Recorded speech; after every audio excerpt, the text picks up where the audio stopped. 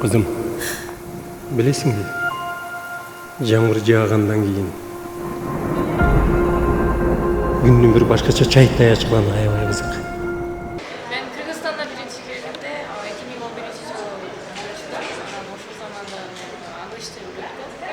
Анан аңгычты үйрөткөндө студенттердин баары айылдан келген, региондан келген, алар менен жакын мамиле болуп, алар акырын эле өзүнүн жашоосу жөнүндө айтып жүрүп атат мага.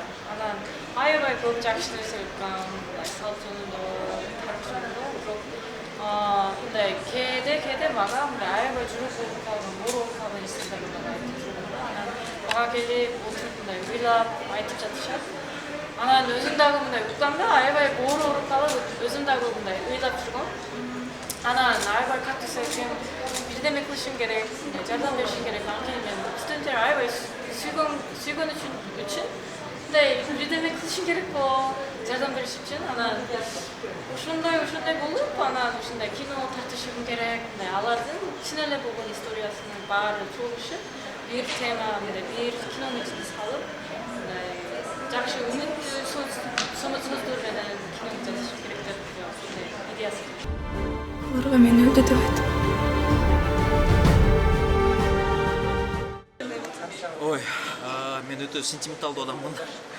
Кызым экөөсү отуруп аябай шолоктоп ыйлап аттым. Эң башында баягы суу менен салфеткалар турса эмне үчүн деп ойлоп койдум менен көрсө чындап эле аябай жакшы ыйлатат экен кадрлар. Мен өзгөчө саунд режиссерге баа бергим келет. Саундтректер аябай сонун болду. Негизи кадрлар бир мелодрама кыргыз киносунда, кыргыз кинофильминде негизи эмелер илгерки кыргыз фильминин драмалары болбосо азыр көп комедия болуп атпайбы, бирок мындай мынчалык жогорку деңгээлде, жогорку сапаттагы мелодраманы кыргыздардын тартканына биринчи жолу көрүп атам. Чын айтады, өтө мындай таасирлендим. Мен ойлойм, бул жерге бир адам кирсе, чыкканда таптакыр башка адам болуп чыгат болуш керек деп ойлойм. Эмне болуп атканын көрбөй атасыңбы? Кимге айланганымды көрбөй атасыңбы? Мен кайтып келем дегим калат. Вот сейчас очень сложно вообще собрать все эмоции. Почему? Потому что под огромным впечатлением выходишь действительно из кинотеатра. И просто хочется сказать, чтобы каждый родитель взял своего ребенка и посмотрел этот фильм. Так как, вот я говорю, эмоции зашкаливают, очень сложно действительно их собрать, но мне фильм очень понравился. Я считаю, что, к большому сожалению, многие думают, что кыргызское кино может снимать только комедию, да, либо сильную трагедию. И то, я считаю, что 90% нашего населения не смотрит. Этот фильм должен смотреть каждый кыргызстанец. Я считаю, что в школьную программу он просто обязательно заходить в 11 классе. Бирок ал менин карындашым да. Мен аны үйгө алып келүүгө убада бергенмин. Сен эмнеге башкарып атканыңды өзүң түшүнбөй атасың. Эгер сен бул ишке барсаң, мен сага жардам бере албай калам. Анда жакшы кал досум. Жок, Арыстан. Тенеге болосуңузду бере алам. Баарыбызы өзүнүн кандай кыйналдыгын Назби деген кызыбыз ошол сүйүндө көрүп жана баса белгилегенчи нерсе Назбинин аткарган ролу аябай сонун аткарыптыр. Мен ишендим, Назбинин сүйүн экенине ишендим. Буюрса ийгилик, Тот парень оставил тебе письмо. Он сказал, что его зовут Арстак.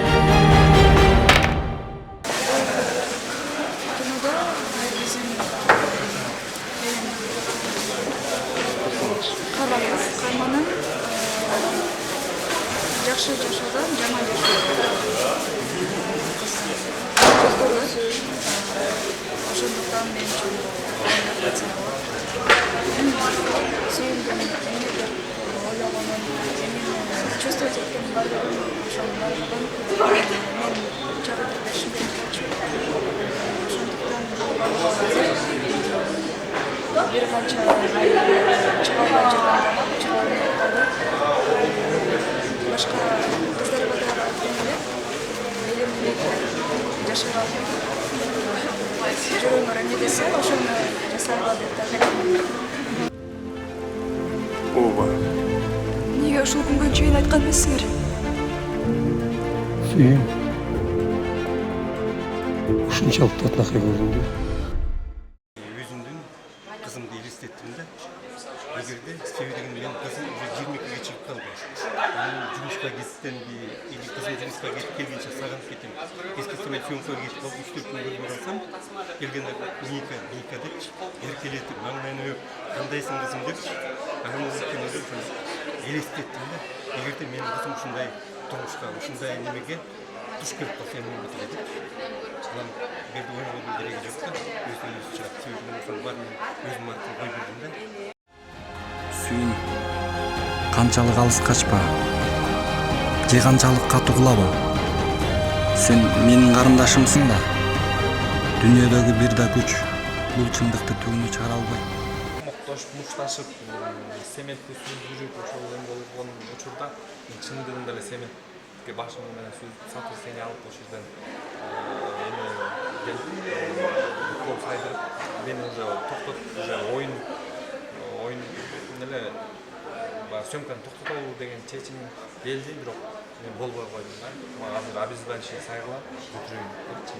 Анан болсо аларды bir maqolamiz aytib aytib эле ансырандай канча ошо стресс аласыз, алар канча акчага келет, бүгүн ар немеси бар, күнүнүк төлөй турган чыгым болбосун буларды дагы аяган болду, ошол башым айланып жүрөгүм айланып кузуп аткан, ошо статусын алдым да катуу.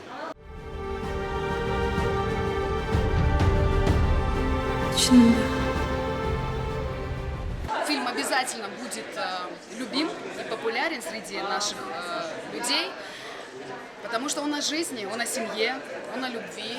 И мне очень понравилась мысль, что любовь, она больше, чем стыд, она больше, чем все в этом мире.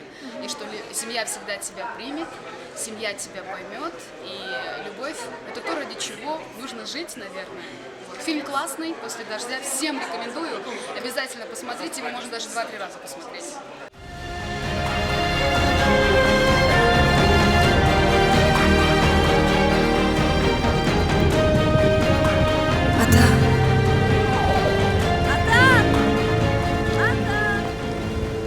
Около 5 лет назад 3 девушки-иностранцы пришли к нам в офис с предложением такие, ребята, давайте снимать кино.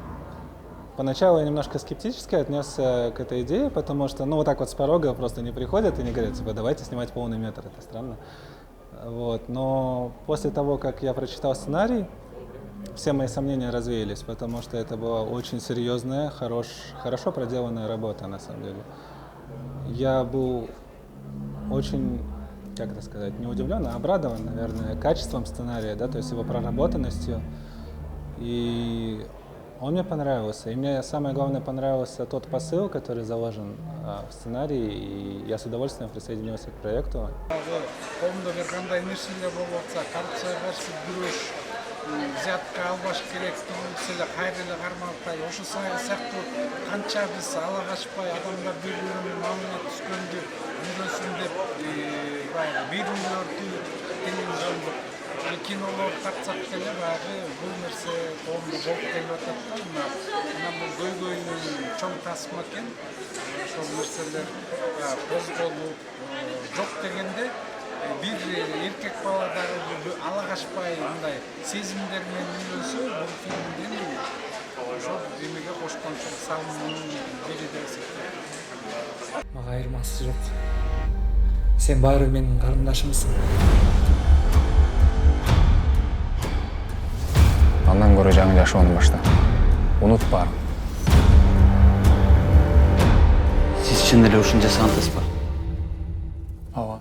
Моя песня тоже, одна из песен, является саундтреком к этому фильму. Я очень этому рада. И вообще по поводу фильма, если глобально на это все смотреть, то фильм дает альтернативное мышление. Мне кажется, что любой контент, который дает альтернативное мышление, который не похож на существующий уже контент, он уже развивает человека критически. Поэтому я бы очень советовала посмотреть людям этот фильм, потому что он дает какие-то некие другие эмоции, чем обычно испытываешь что-то, когда смотришь отечественный фильм. Получается, все средства, которые мы выручим в Бишкеке и в Оше в кинотеатрах, мы направим на то, чтобы показывать бесплатно во всех регионах и селах, где существуют вот эти остро выраженные вот эти проблемы. Гражданский вес, гендерная равенство, последствия семейного насилия. Вот. И почему мы верим, что во всем Кыргызстане должны увидеть этот фильм, потому что мы верим, что когда информация и эмоции соединяются, то они способны менять культуру, а культура совсем меняется Кыргызстан. Эй! Ылпылас қолыңарды тартқанға ма?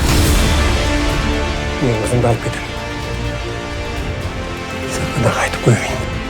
Егер де қызыма дағы бір жолы тие тұрам болсын, тағырма. Түйінге жетемін. Ата.